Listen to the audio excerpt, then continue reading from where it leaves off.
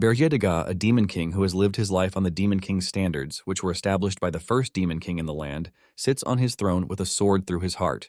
Following the standards, Berja had built a tower and kidnapped princesses. Then he also captured the heroes who came to rescue them, feasting on their anger and sadness, while grooming them. Despite becoming the strongest demon king in history, he sits in the pool of his blood, wondering how one of the lowly heroes he looked down on could humble him so easily.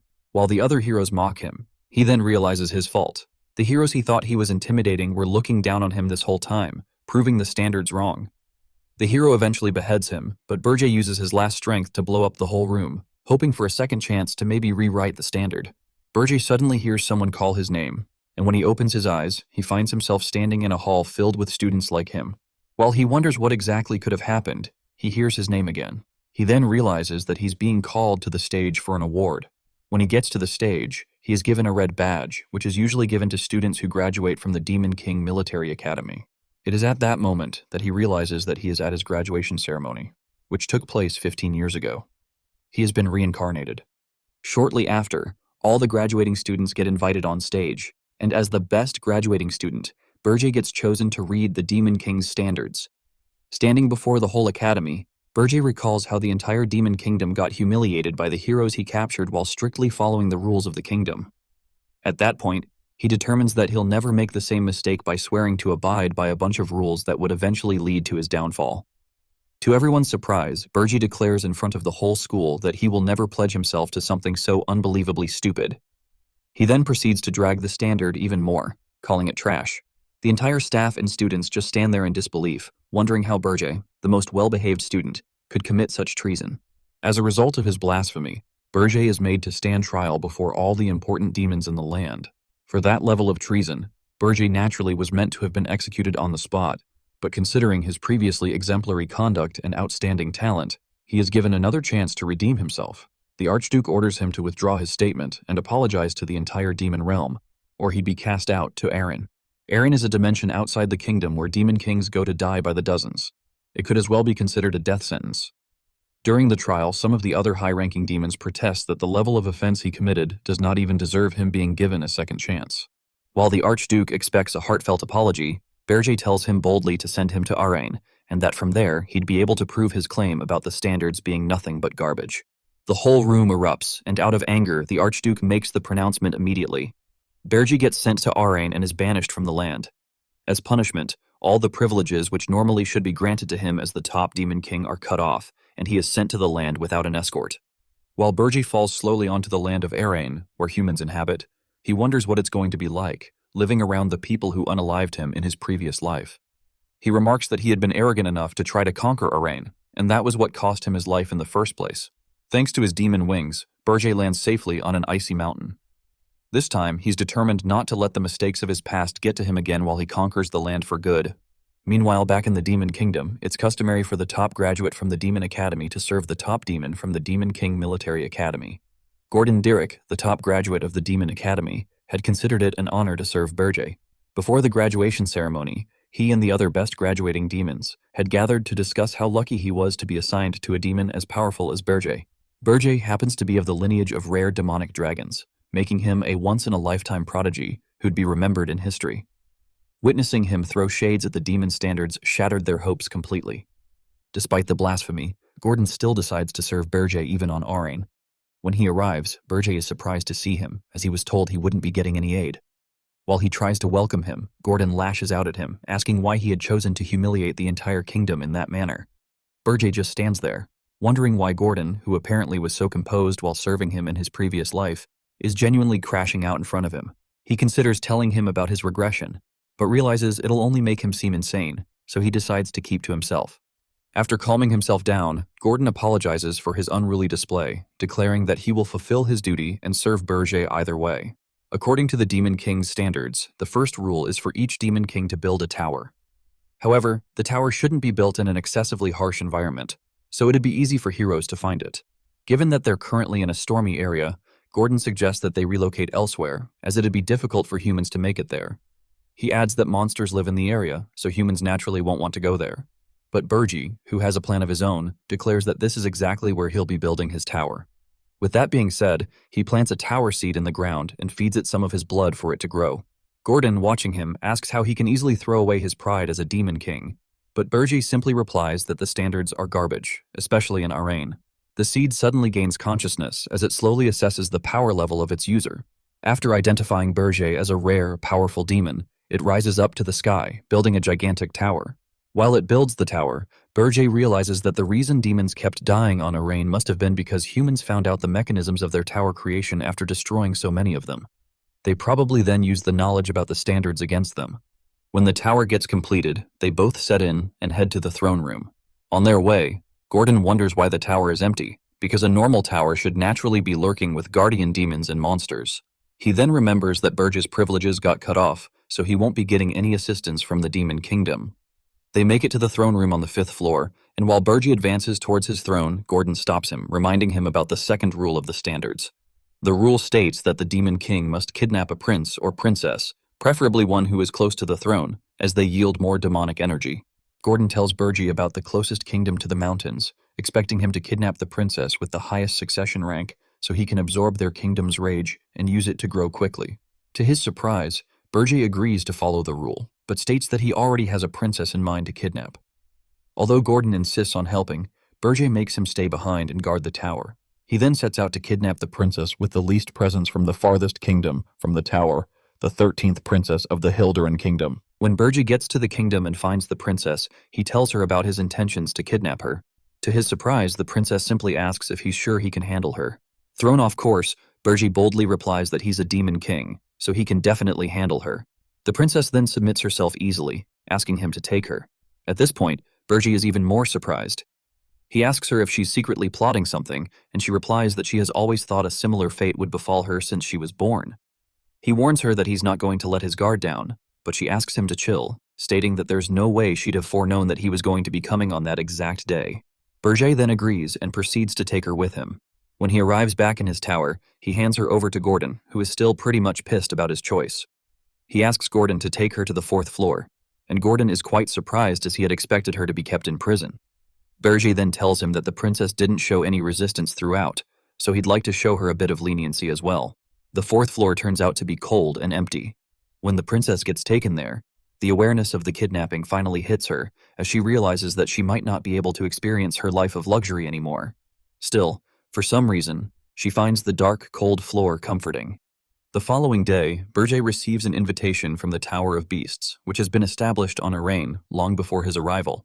Gordon tells him it's probably an invitation to welcome him as a new demon king, but Bergie replies that it's most likely just a pathetic attempt to haze him and throw him around.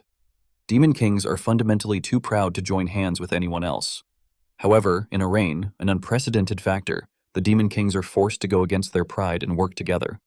Bergie had ignored them in his past life, thinking they were weak-minded, but now that he's among them, he decides it wouldn't hurt too much to have some light exchanges with them. Later, when they arrive at the Tower of Beasts, they meet a wolf-like demon who introduces himself as Draxon, the demon king of beasts.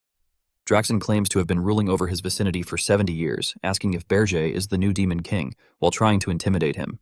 He brings up the whole issue with Bergie's mockery, but Bergie snaps back, asking if he's here to make fun of him. Not relenting, Bergie asks him in a very unruly manner to get straight to the point. Draxon then tells him the Archduke had instructed him to watch over him throughout. Hearing that, Bergie intentionally roasts the Archduke, calling him a noisy vampire geezer. Draxon gets furious when he hears him address the Archduke in that manner. He drops a huge piece of meat he was eating and asks Bergie to lick it, or else his impudence will not be pardoned. Bergie simply asks if he really doesn't know why he's in Arane. Draxon replies that he was banished for mocking the standards of the demon kings. Bergie then steps on the meat Draxon had dropped, cracking the ground in the process. He points out that it is also forbidden for demon kings to kill each other in that same orthodox, but looks at Draxon dead in the eyes, asking if he seems like the type to follow such rules.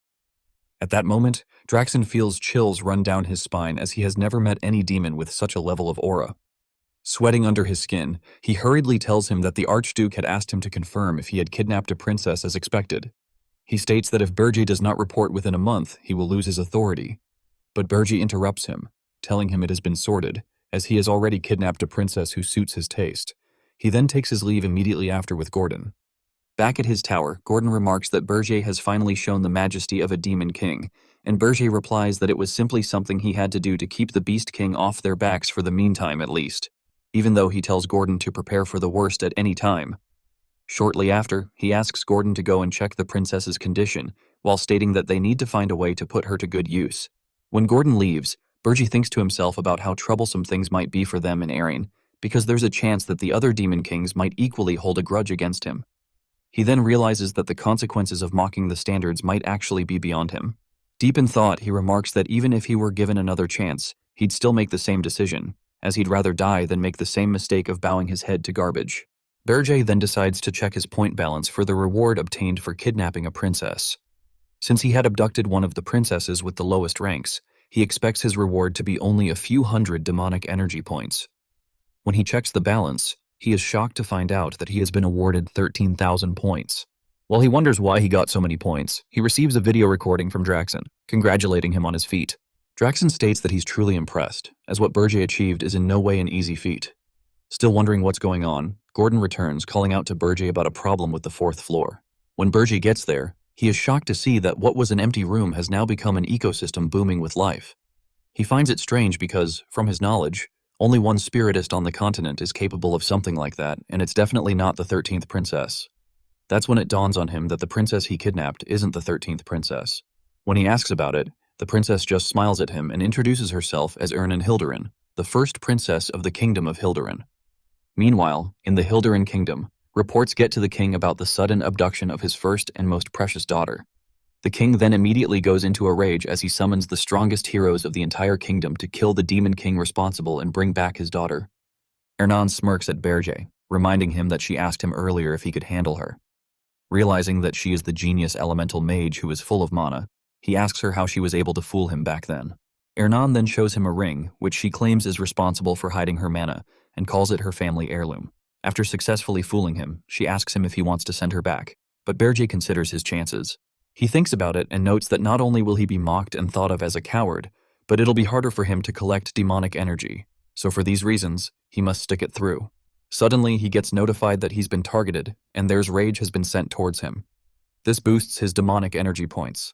Berge then tells Ernan that nothing changes, no matter who she is, and she's still his hostage. Meanwhile, in Hildurin, the king yells at his men to kill the demon king and bring back his daughter. They try to calm him down because they do not even know who they are up against. They also tell him to wait while their patrols come back with info, but the enraged ruler yells at them to hurry and figure things out. As he yells at them, saying they aren't doing anything, his royal advisor tells him something is off. He tells the king that the demon king of lust recently kidnapped another nation's prince, and that brought the rage of too many, which led to his demise by the heroes. Despite such a situation, another demon king appears out of nowhere to kidnap Ernan. Everybody processes what it means, and the king says the demon king must be a new one.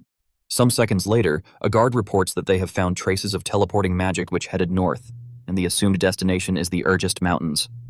Shocked, the king realizes how far apart it is from their kingdom. Back at Berge's castle, Gordon informs Berge that the Hildurin army will arrive soon, and he asks Berge if they won't be too much for him to handle. To his surprise, Berge smiles and tells him not to worry because the Hildurin kingdom won't be able to show up. He explains by saying his tower is at the very edge of the northern continent, which is the farthest from the Hildurin kingdom. Because of that, all the nations located between them can't let the Hildurin army march through. Left with no choice, they'll be forced to employ a hero guild. Just as Berge had predicted, the Hildurin king contacts the hero guild for help. Later at the guild, a lot of heroes learn that Princess Ernan has been kidnapped, but after seeing that the destination is Urgist, they turn it down because the place is known to be full of hellish monsters. Some don't care less, and they don't mind if the Hildurin king suffers. Berge explains his perfect strategy to Gordon by letting him know that the Hero Guild won't budge since they care about money and won't want to risk their lives by going somewhere dangerous. He makes it known that it was the reason he built the tower in Urgist. Gordon is surprised by Berge's knowledge, and he even wonders if Berge has been to Arane before. Sometimes later, the king gets mad after finding out that no hero wants to take the job to rescue his daughter. During that time, Berge makes plans, knowing it'll take a while for the king to form a proper guild to come after him. He goes through his status window and sees that he doesn't have enough demonic energy to deal with a whole army of heroes. He recalls the fear while remembering the past heroes who slew him. So he tells Gordon to contact Draxon, and he's going to sell demonic energy in exchange for money. The assistant lags to process what he just heard, but when it clicks, he yells out of surprise and wonders if Berge has gone mad. This is because the demonic energy is the currency of dreams, which lets demons transcend their limits. In short, the more demonic energy, the more intimidating and powerful the demons are. so it sounds ridiculous that Berger would want to sell his. Berger affirms once again and lets him know that he won't be able to stop the heroes with the amount of demonic energy, but with human money, he can try. After contacting Draxon and selling some demonic energy points, Berger goes to Holton's work, a place near the Urgest Mountains Fortress City. While dashing towards the city gate, the guards try to stop him, but Berger doesn't stop running. Instead, he introduces himself as a mercenary and then tosses them a gold coin. They let him in and start arguing about how they'll split it. Berger, who is new to the city, realizes that he'll need a guide, so he heads to a mercenary guild headquarters. There, the guildmaster drinks and blabbers on how fake the rumor of a new demon king is. The rest of the men in the guild tell him about Arane, who got kidnapped by the new demon king, but the drunk bozo brushes off the idea. He believes it's too illogical due to how far apart Urgest and Hilderin are. The men also talk about how the whole thing is a facade to milk more money. He laughs with the rest of them regarding the heroes who would do anything to make more money. From behind, Berger spooks him after learning a few things. Seeing that they are quite knowledgeable, he orders one of them to stay behind while the rest should get lost. They get offended and charge to strike him down on the spot, but Berger one-shots them so easily that they lie sprawled on the ground. A huge guy even attacks him with a mallet, but Berger stops the strike with his arm before hitting the man away. While archers pull up and try to take him down, the drunk blabbermouth from earlier grits his teeth in fear after realizing how terrifying Berger is.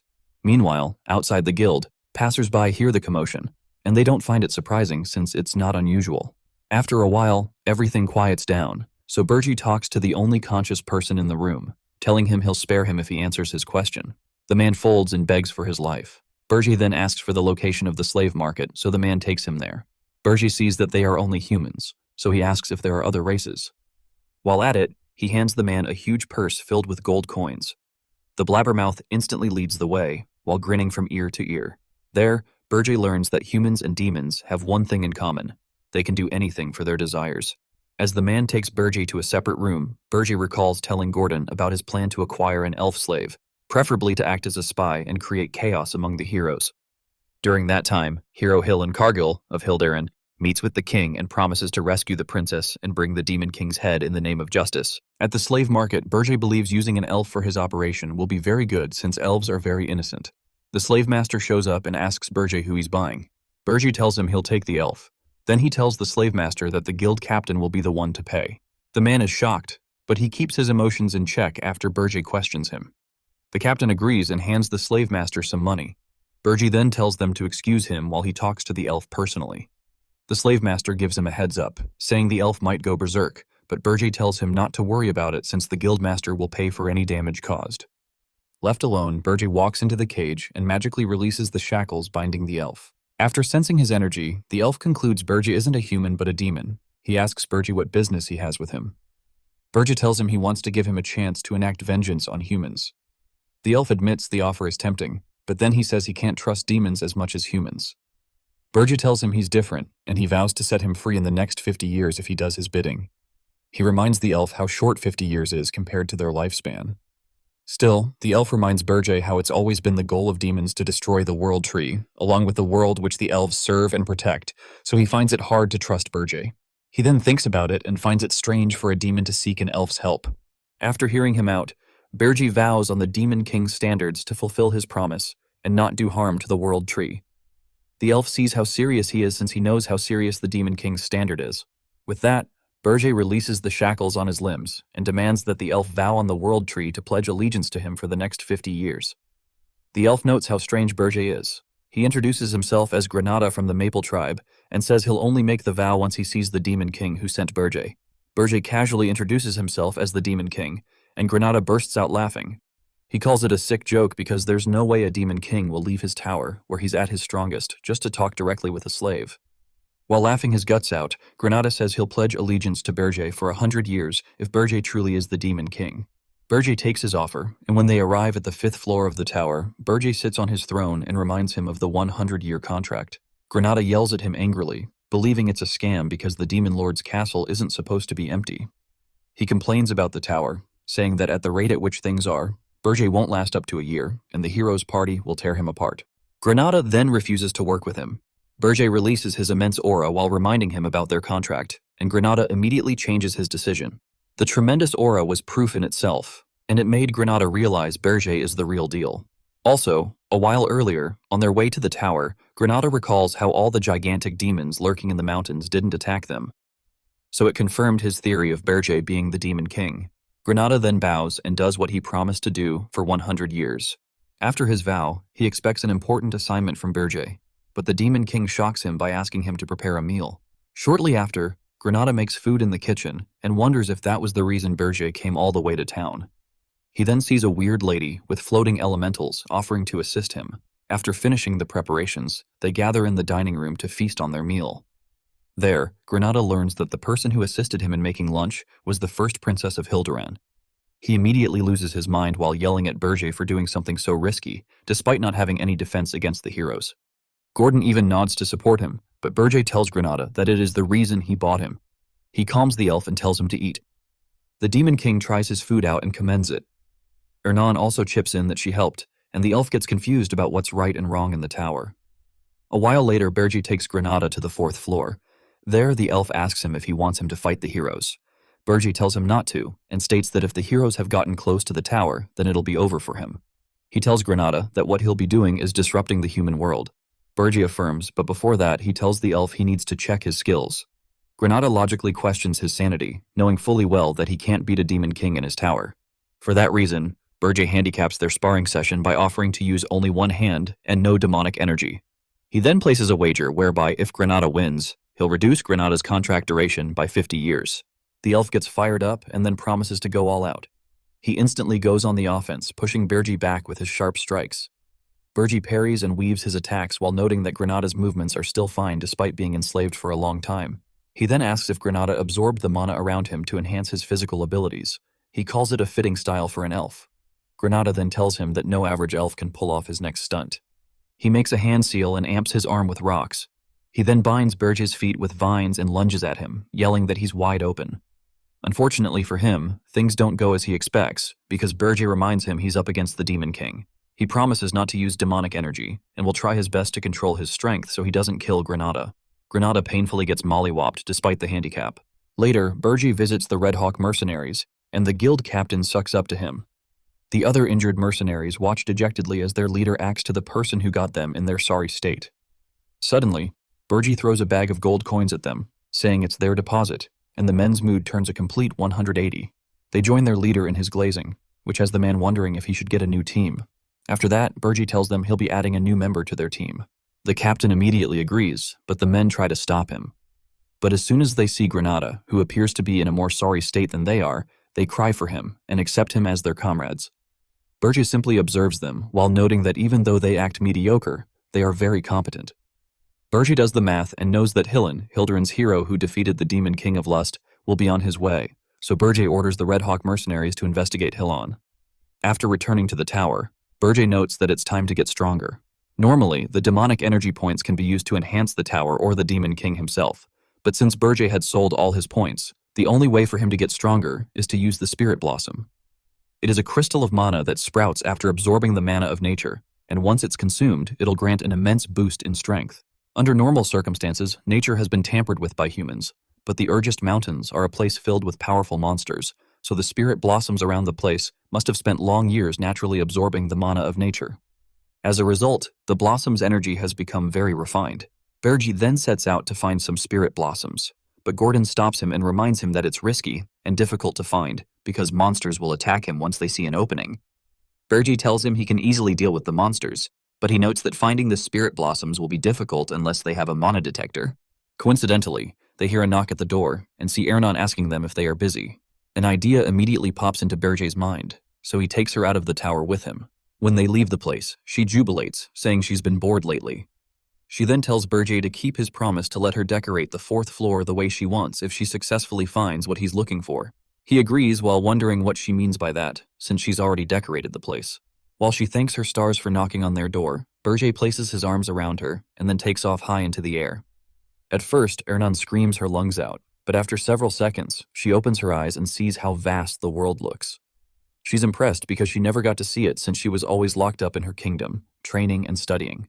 She always thought that's what she'd do till she croaked, but here she is, peering over the mountains. Happily, she asks Berge if he knows she's the only human to fly over the Urgist Mountains. Berge couldn't care less, and he refers to her as Princess, but she tells him to call her by her name. Bergie pauses for a moment, then he lifts her by her hands and reminds her that she's a hostage, so she shouldn't get carried away. After threatening to lock her in an underground prison, Arane complies and then sends her spirits to look for the spirit blossoms. Bergie believes it'll take the apparitions a while to find the spirit blossoms due to how vast the mountains are, but he's grateful because they'll be far faster than he and Gordon. To his surprise, the spirits return quicker than expected, and Arane tells him they found it. When they get there, they see the spirit blossom is guarded by Pule orcs. Bergie tries to act decently by ordering them to obey him and hand over the flower, but the monsters refuse, knowing fully well he's the Demon King. Bergie realizes that logic doesn't work with the ape-like creatures, so he decides to do battle with them. He burns them to crisps with his dark flames, and it surprises Arane just how powerful he is. By nightfall, Bergie has successfully taken down the orcs. With them out of the way, Arane stares at the spirit blossom closely, noting it's so pure in mana. Bergie scolds her not to covet it, and he grabs the plant. He then tells her she can have one if she finds more. Unfortunately, they don't find any other, so Bergie takes her back to the tower. At the tower, Bergie observes the spirit blossom and notes that Arane is more capable than he expected. Suddenly, Gordon informs him that he has received a message from Granada. He looks grim while he informs Bergie that Granada said Hilan has teamed up with 32 other heroes and they have departed from the Hilderan capital. He says they are not heading directly toward Ergist, but they are forming a party and completing villagers' quests. That way, they'll get stronger on their way to Ergist. He shows Bergie the plans he has prepared for the hero's journey, but Bergie shocks him by dismissing the plans. He tells Gordon that they won't be sending monsters or interruptions to the hero's journey because half-baked interruptions only make the heroes stronger. He then orders Gordon to tell Granada to have the mercenaries tag along the hero's journey and build their trust by helping them. Gordon tells him he isn't following the standard again. Worried, he reminds Bergie that they can't stop the heroes with their current tower, but Bergie tells him not to worry. He says he'll reinforce the tower with a dwarf. At this point, Gordon loses it because to him, Bergie is simply picking races instead of thinking of ways to help them combat the hero's forces. He yells at Bergie, saying they'll be called a laughingstock if they see a dwarf in their tower. Bergie stares at him seriously while wielding his dark magic, and it forces Gordon to shut up. Bergie then corrects himself, saying he needs a dwarf for their magical tools. He reminds Gordon that the heroes are used to being welcomed on the first floor with weak monsters, but he'll make his own case different. He then cues Gordon in about how shocked the heroes will be when they are welcomed with dozens of cannons on the first floor. Gordon thinks about it for a second, but then says it's far from the standards. He looks at the throne again and sees Bergie has flown off, so he freaks out, believing the Demon King is probably heading to abduct someone else. Meanwhile, in Wolfnir, the dwarven underground city, the best dwarven blacksmith, Loger Friedrich, is Bergie's next target.